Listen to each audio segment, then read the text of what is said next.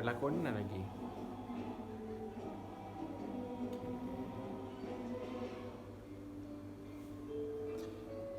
Persembahan terbaik mungkin boleh. Mungkin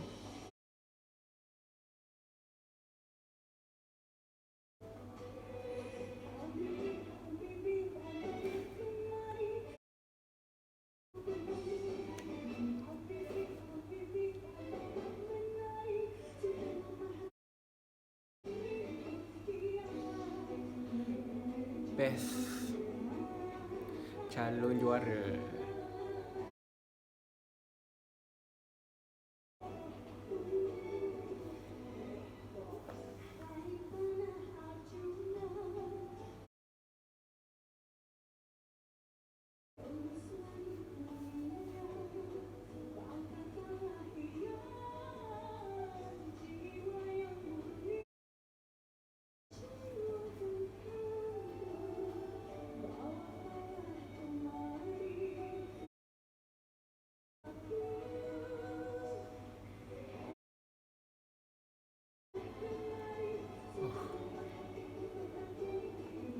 Boleh dikatakan dia punya suara dia maintain.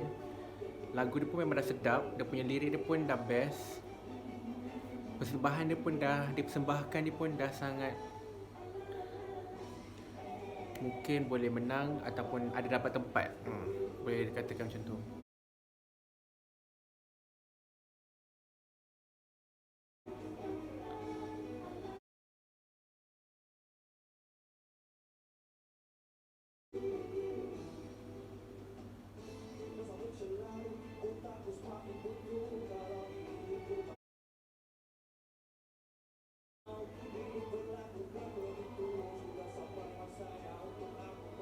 Wow, siap terbang-terbang tu.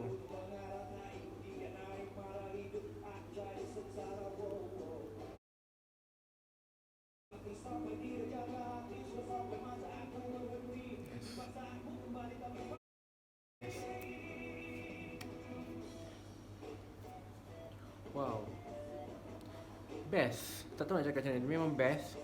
Memang confirm ada tempat untuk lagu ni. Confirm. Memang best lah. Tak, sebagai penonton lah, memang puas hati tengok lagi sebab macam ni. So muka dia macam Rosa kan.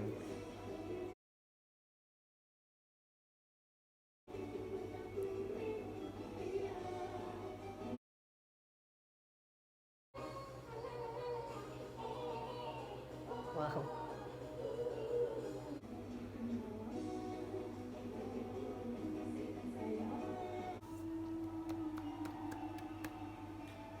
Tahniah.